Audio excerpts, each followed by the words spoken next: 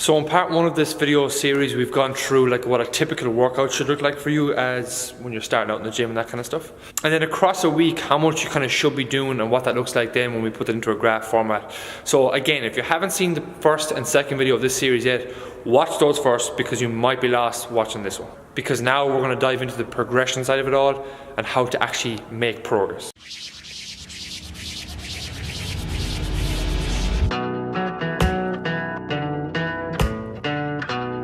How are we keeping, guys? David O'Connor here from Doc Fitness, and hopefully you can see this graph okay, because two basic graphs, I want to get my points across with this one. Now, progression is all about the long-term progression with your training. Like, are you actually making progress? Are you actually getting stronger? Are you actually building muscles so you can tone up? Are you actually dropping body fat? So those questions always come to mind, because a lot of people, again, back to the walking example, a lot of people walk to lose weight, and yes, while it might work in the short term, you start losing pounds and stuff like that because your food intake is down, your calories are down and whatnot.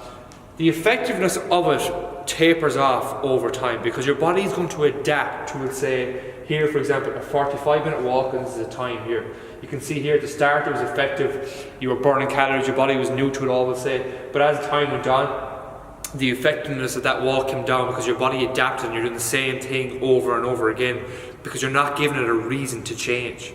Whereas this is why resistance training is so important. You're putting progressive overload against your body, against your muscle, you're putting tension against you and gravity against you.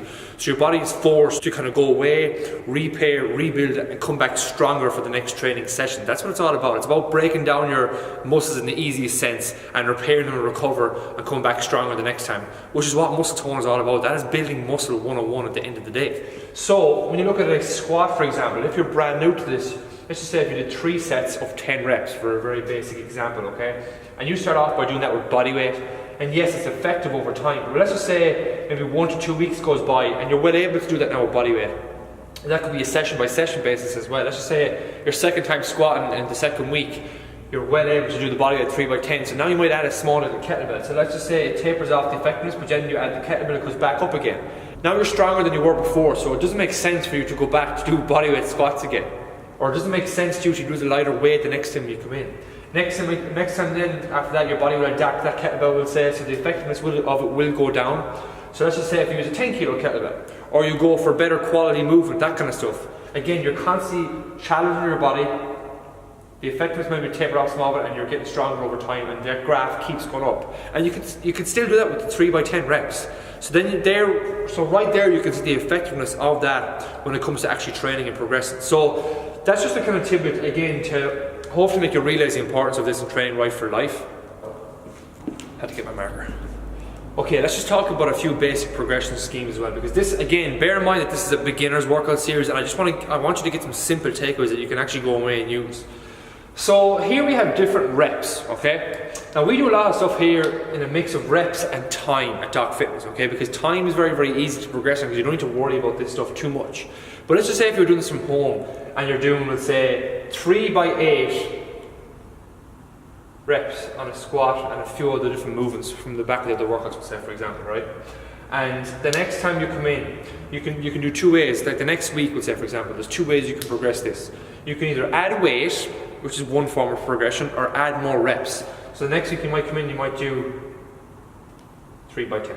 And you can work up that ladder until you're up to like a 12 rep range, 15 rep range, and then you can either add weight at that or go back to 3 by 8 and start that heavier again. A very, very easy way to progress it. So you can progress number 1 on weight, number 2 on reps, or number 3 on time. There's 3 very, very simple ones. For example, you might be doing 45 seconds of just setting a timer and seeing how many squats you can get done.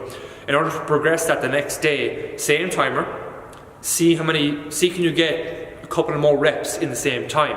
When you get really good at that and you can't really beat your reps, then you can add weight and start it again. So again, a very, very simple thing, and just make sure that week by week you're progressing.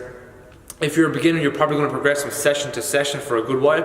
But again, if you're looking on a weekly basis, are you doing better than you were last week? It's very, very simple. Are you doing more weight? Are you doing more time maybe in an exercise? Or more rounds for time in an exercise? So like the workouts you talked about the circuit, if you're setting a 20-minute time frame, are you getting more rounds done in that time frame? That's progression. Or are you adding more reps over time? So again, 3 simple ways. just to tie this kind of series in together and make sure that you're following the workout from part 1, the weekly structure from part 2, add in some progression, and then when you kind of start to stagnate with that stuff, then it's probably time to up your training another level, and that's a whole other monster of a video series in itself. But the best tip I can give for that is get onto someone that knows what they're talking about, get onto a coach that maybe can help you progress to the next level. Otherwise you're just going to waste months and years in the gym not getting anywhere, not knowing what to do. But that should keep you going for a while. If it was helpful, if you know of any friends that should hear this, if they're slogging away themselves in the gym and you know they're not really getting anywhere, maybe send them privately, don't tag them publicly, or just share it with friends you know that would like to see this. And if you want to see more of these from myself, Robbie and James, subscribe to the YouTube channel, the Doc Fitness YouTube channel, and give it a like over there as well, because this is going to encourage us to do more of these videos too. And if you have any questions, you can pop them under this video here on Facebook or on the YouTube page, YouTube channel, pop the questions and read, and we shall chat to you soon. Bye bye.